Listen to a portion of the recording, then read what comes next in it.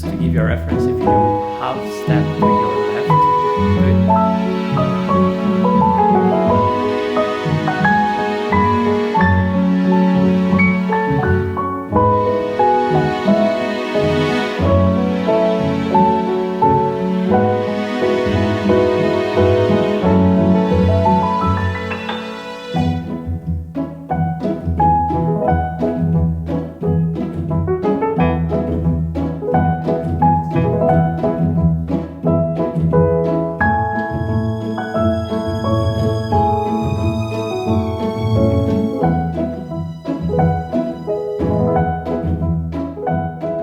The day has finally come that I can organize my bookshelves, and I'm so excited. Here are my empty bookshelves behind me, and all my books are in front of me on the floor. Because of the intro you just saw, we had like this fun little intro idea, but now everything is spread out on the floor. It's chaos, it's absolute chaos. My books were already in a chaotic state before because my dad packed my books in the Netherlands and my boyfriend unpacked them here, but neither of them have any idea of what any of the books are about. So they were all just randomly everywhere. Nothing was together the way it was supposed to be together. I was trying to stay cool, but finally today I can fix that. But that means that I have to organize the chaos in front of me. So the plan is to first put everything into categories and make little piles of the books that should go together. And then I am going to put them on the shelves in those categories. And the last step is to decorate the shelves with all of my trinkets. And I know everyone organizes their bookshelves differently. I admire the people that can do it like based on the author's names, like super professional. I do not have a system like that. The overarching system is genres. I base my shelves on like genre, but within the genres, everything is just sort of based on my personal feelings and the way I think books are connected. So my organization makes a lot of sense to me, but probably not really to other people. Like I have the overarching category of literary fiction, but within literary fiction, I have so many subcategories of like unhinged women, books where nature plays an important role. I don't know, stuff like that. So we'll figure it out as we go and I'll talk you through the whole organizational process. But first I made a basic list of all the categories I have. They're on my phone, let's grab it. So the genres I want to categorize my bookshelf in is fantasy and sci-fi, horror, literary classics and modern literary fiction, esoteric books, art books, under which falls like interior design, photography, stuff like that, memoirs, essays and biographies, books about Paris. That is like a category on its own on my bookshelf. Don't ask me why, but I'm obsessed with Paris. Miscellaneous nonfiction, so like history, science, stuff like that. Poetry books, nostalgic books. So these are books that I would not really read again. They're like YA and stuff, but they just hold nostalgic value to me, so I don't want to get rid of them. And the last category is my boyfriend's books, which are mostly in German and Italian.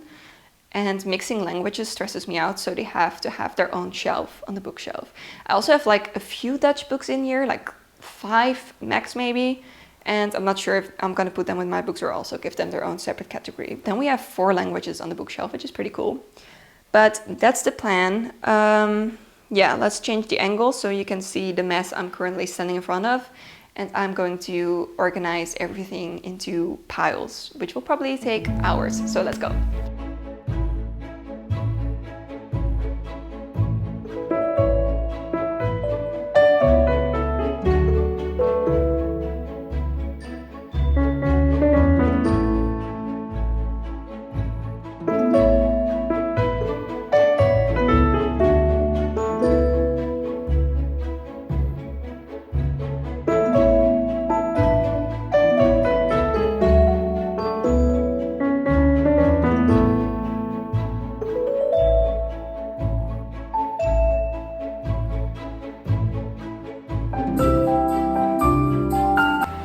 We're about halfway right now and it feels like it's never ending.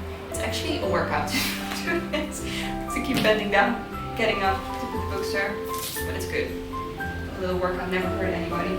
Also I forgot before, but cozy fantasy should definitely be a genre on its own because my cozy fantasy collection is growing and it needs its own shelf.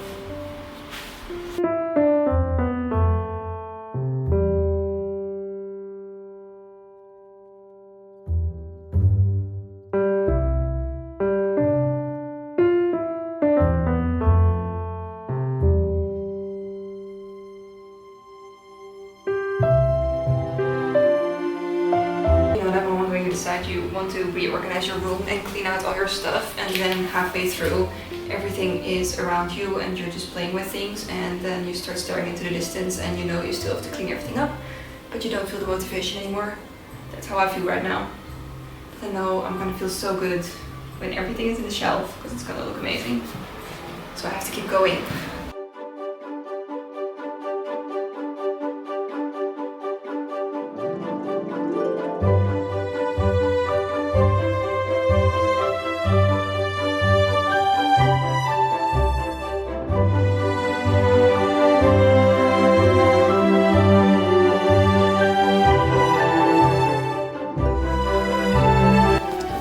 My beautiful Persephone books collection.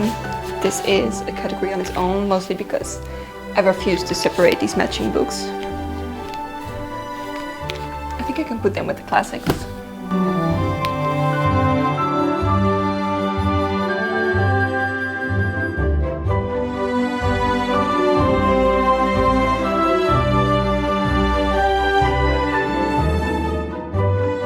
I'm so thirsty, oh my god. But we're getting closer. I didn't think about the fact that I actually have to be able to reach the shelves in order to put the books in, but I think I can manage it. Just rehydrating and then I'll finish up.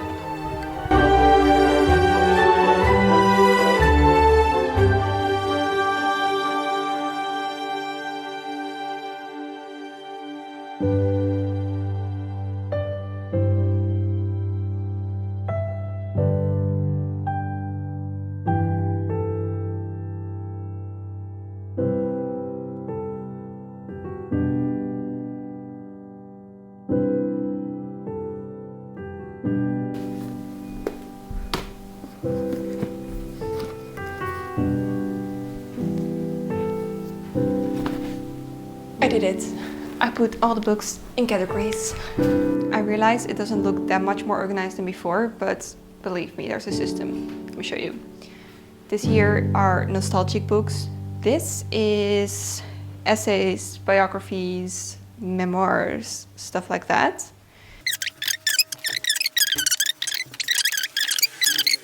Now I'm going to cool down a bit and have a lunch break.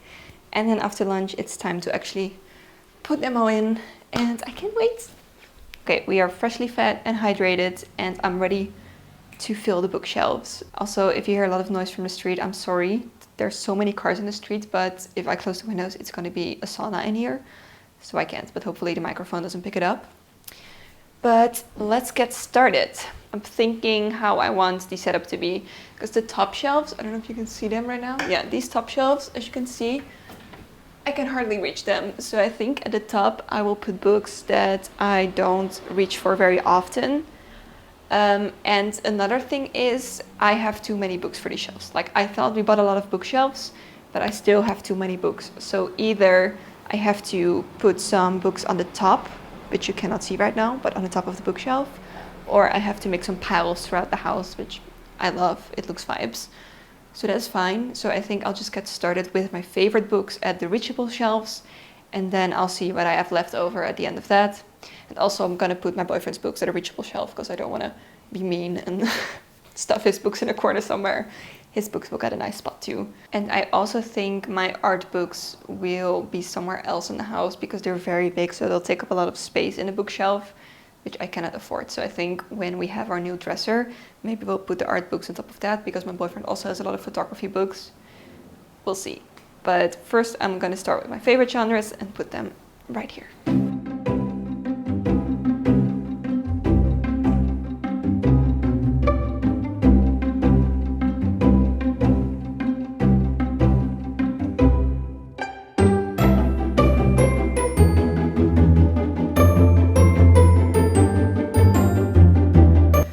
This is the most satisfying thing ever, but the books that I wanted to be in here, they fit perfectly. Oh wait, just as I said that, I saw another one. Well, that can be on top here. Other than that, they fit perfectly, and I love it. So this is essays and memoirs, biographies, interviews, whatever, done, and it looks so good. I think I should move on with literary fiction here.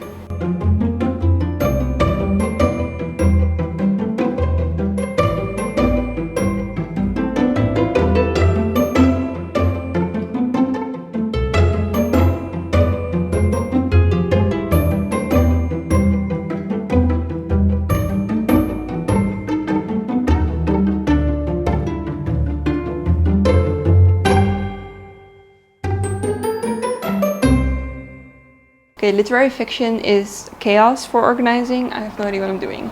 This shelf so far is like coming of age, girlhood, womanhood, unhinged women kind of vibe. This corner here is sort of dark academia.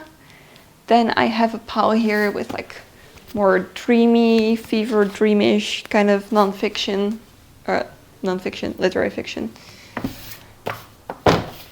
And also off camera I did the shelf, which is short stories. I'm gonna reorder this later too a little bit, but these are all short story collections. But even here, there's so much horror in here, which kind of should be with the horror, but it's also short stories. I don't know, I'm just doing whatever. See, as I'm doing this, suddenly I'm like, magical realism. Magical realism should also be a category. I just keep reshuffling everything. I don't think I will ever find an end to this.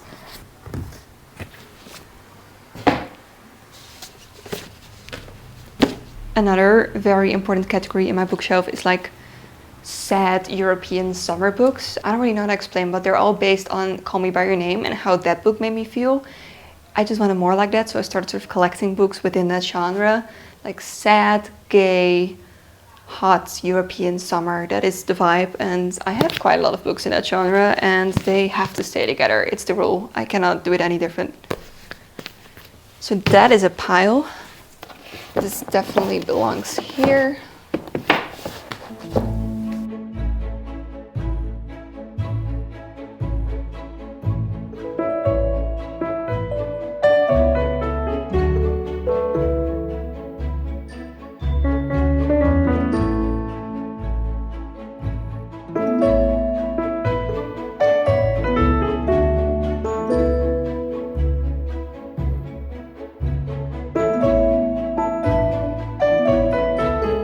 Okay, literary fiction is done for now. I'm not happy with how it's categorized. I just don't know. I don't know how to do it yet. But maybe I'll touch it later. For now, I'll leave it. So let's just keep going and we'll see how we end up. Next, I'm gonna put my pile of Paris books with the short story collections there. These are all the books about Paris that I have. This obsession started when I went to Paris by myself in 2021, I think. I went there by myself for a week and I hung out at Shakespeare and Company every day. And there I bought a book about Shakespeare and Company, like how the store came to be. And I learned about Sylvia Beach, who was this woman in like 1910, 1920s, who came from America and she started the first English bookstore in Paris. And it became sort of like a literary hub for all the writers that came to Paris at the time, like Ernest Hemingway, James Joyce. And she was just so cool and I love that story. And I know everything about her by now because I read like 2 biographies about her. And it just set me off, like Paris on the left bank in the 1930s, like the time where all the artists and writers and stuff gathered there. And I just imagine everyone smoking and having philosophical conversations in bohemian cafes. Like it speaks to my imagination and I love reading books about it. So my collection is slowly growing and it's a genre on its own by now. If you also want to read about bohemian figures in Paris in the 1900s, I most recommend Sylvia Beach and The Lost Generation and Parisian Lives by Deidre Baer. I love both of these so much and they really transport you to that bohemian side of Paris in the 1900s. So definitely recommend. Moving on, I think I'll make some space for my boyfriend's books on that side before I completely fill the bookshelves and there's no space anymore. I love these minimalist Italian covers so much. Like they look so intellectual to have on the shelf and I love the muted colors. This is like the Adelphi series. This is a publisher in Italy and they publish like a range of books all in the same style and it looks so satisfying. These are gonna look good on the shelf.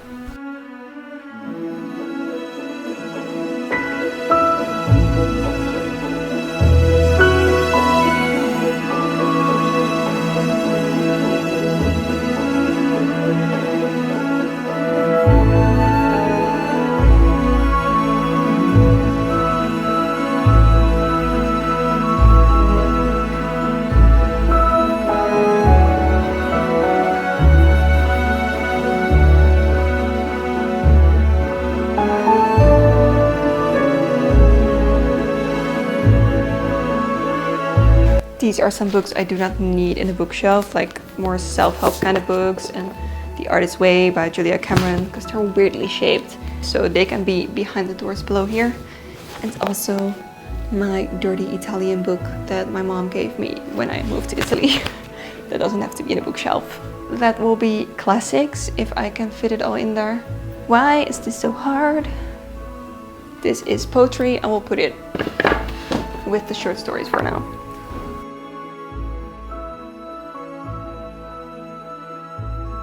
I'm gonna put my esoteric witchy books here for now, but I'm not sure if it will fit.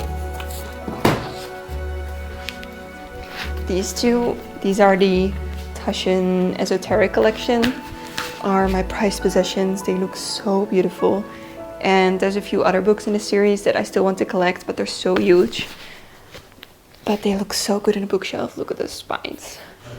So these need to be lower on the shelf so I can admire them every day. I've decided to put my books by Florence Welch and Aurora with my esoteric books because these are religious to me. These are my Bibles, so they can be with my spiritual books.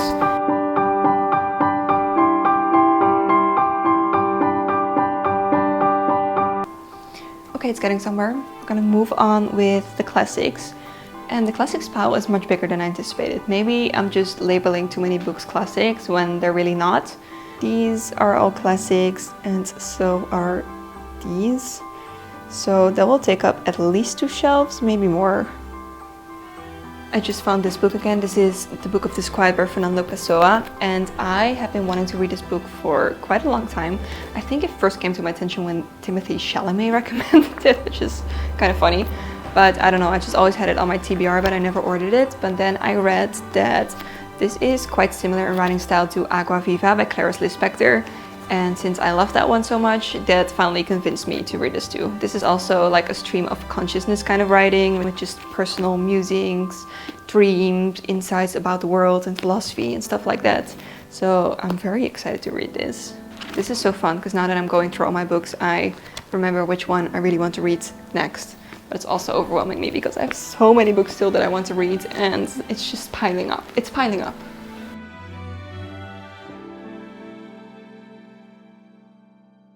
Oh my god, I'm starting to look sweaty. Anyway, I saw a TikTok a while ago about the Wentworth classics and how they all have such hideous covers that they must do it on purpose. And now that I'm looking at my classics, I realize I have a few of them and they are indeed the most hideous covers I've ever seen. This, the eye in the moon, what is that? This one, not the worst one, but there's like 3 pixels in this illustration. This hideous stock photo. Another ugly piece of art. And this is definitely the worst one. I mean, it's a picture of the opera house in Paris, so it makes sense, but I don't know, it just looks like a really bad guidebook of Paris. How can you do the Phantom of the Opera this dirty? Like, this is one of the most gothic, iconic books that exists, and this is the cover you give them? I don't remember what the person in the TikTok gave as a reason for these hideous covers, but now that I'm looking at it, they must do it on purpose. There's no way they do not see how ugly these covers are. Like, what is the reason? I don't know. But now I'm very tempted to replace all of these books with normal looking ones, but also it's kind of hilarious. Like, this is camp. This is definitely a camp cover. If anyone knows what the reason for these ugly covers is, let me know, because I'm very curious.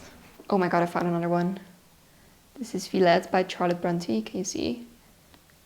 Absolutely hideous. Insane. I did it. I found the ugliest cover of my classics so far. I don't think you're ready, but this is The Great Gatsby. How ugly is that? What is this airbrushed Facetune kind of face? Is that supposed to be Daisy? Because they did her dirty. This is a edition of the Dutch school editions, like the publishing house that makes classics for English class in Dutch high schools. And oh my god, like, how is this appealing for a high school student to read? If they made the covers better, I think I would have enjoyed English lit class way more in high school. Back then, I did not enjoy reading books like this, but now I do, and I think that's all thanks to the Barnes & Noble letterbound editions that I started loving classics. There they are. This is how you make a cover for the Phantom of the Opera. Wentworth Classics should take note, because this is the vibe we're looking for.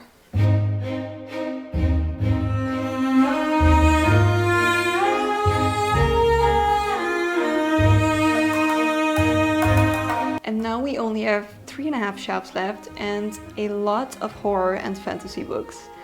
So that's not gonna fit. I probably have to stack on top of the bookshelf. But those are the books I will have to get a letter out every time I want to reach them. And I actually love my fantasy books. Or another solution is just getting one of those fancy Beauty and the Beast letters.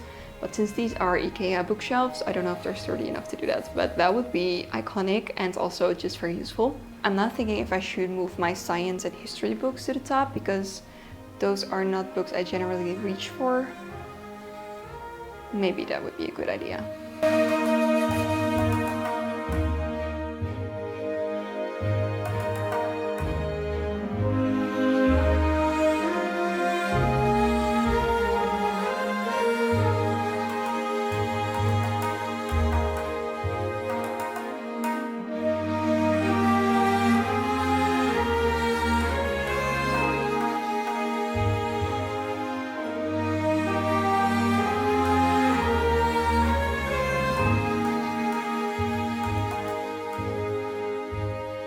Can we just take one moment for how good this already looks? I'm so happy, it looks like a proper library. Here are the top shelves and let's go.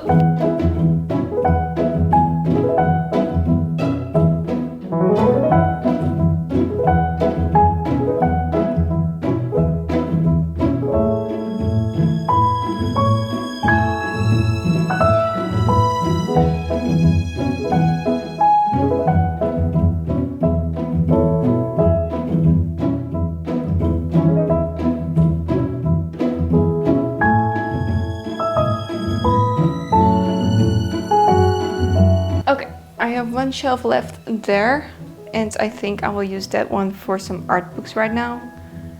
And that's it. That's it for the books. The romance and the nostalgic books, they will all go behind the doors. And then in that corner, if I buy more books, because now everything is organized in such a way I cannot actually add more books. If I ever buy more books, not if, when, because I will definitely buy more books, then I can always move my art book somewhere else later and put the books there. Or create piles around the house, you know, for the vibes. Let's move to this corner. These are 2 art books that I got last week as a belated birthday gift for my parents because they came to this in Italy. First of all, oh, it's heavy. This photography book by Annie Leibovitz, which she is a very famous fashion photographer, and her work is so magical. I will try to show some. Her work has a very fairy tale-like quality to it, and most of her photography actually looks like paintings in the way she uses light, and it's just so good. The shoot with Kirsten Dunst to celebrate the release of Marie Antoinette. Stunning. Wait, there's another one. Absolutely stunning. There's a shoot based on Romeo and Juliet that I think might be my favorite of all. It's just so whimsical. Even the fight scene. It just looks like a beautiful fantasy movie. But she also has shoots based on Alice in Wonderland, The Wizard of Oz, and yeah, if you love fairy tale-like art, definitely check out her photography. The other book I got is The Art of Kiki's Delivery Service. I actually don't know that much about Studio Ghibli. Like, I've seen some of the movies, but I'm not a super fan like some people. My friend Leora is a really big fan because I know she loves the art style very much and takes a lot of inspiration from it. And she actually recommended Kiki's Delivery Service to me. And when I was watching that, the whole tone of that movie, it just gave me so much inspiration for the witchy book I'm writing. It's like a small town, cozy witchy novel. And I'm always looking for inspiration for how the town should look and how the setup will be. And Kiki's Delivery Service just gave me so much inspiration for that. I'm trying to find some of the images for it so I can show you. Like, this is the atmosphere in that movie. Here's some more. That is exactly how I picture the setting for my novel. So that's why I asked for this book, so I can just browse through it and get in the atmosphere for my book for writing. And this also inspired me to watch much more Studio Ghibli movies. So that's what I'll be doing this fall. And my other art books are mostly interior design books. I love interior design. I actually studied interior design for a while, but when we got to the lessons where we had to do mathematical drawings, I gave up and I stopped, which is very sad because now I never got my diploma. But learning about the history of all the styles, I love that part so much. So I do have a lot of books about like maximalist and eclectic interiors. And they are huge, so let's see how they look in the bookshelf. I'm going to put them in at the top.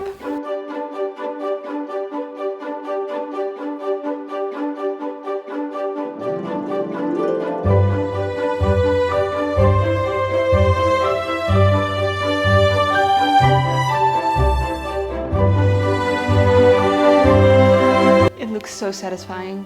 I'm so happy. I will probably change it another 100 times in the coming weeks or months. But for now, I'm very happy that there's some sort of system and at least I know where to find all the books now. And now it's time to bring in the trinkets. I don't know how much space there is for trinkets at this point, but luckily there's some space in front of the books on the shelf, so I can just put some bits and bobs in front of the books and see how it looks.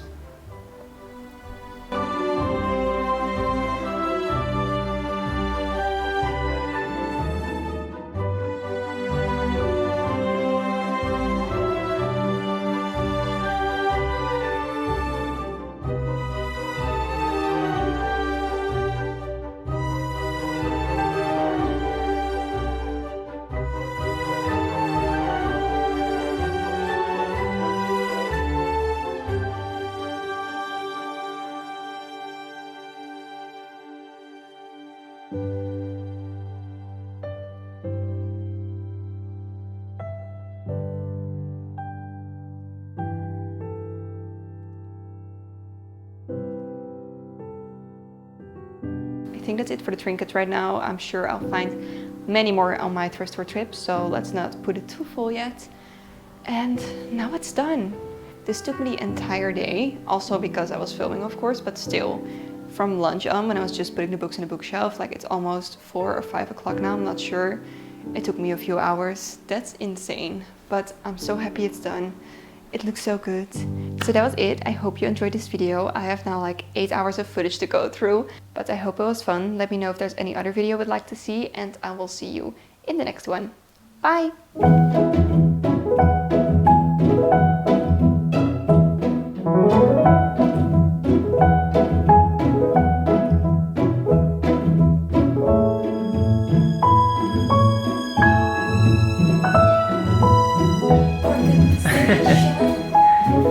Yeah, it's perfect.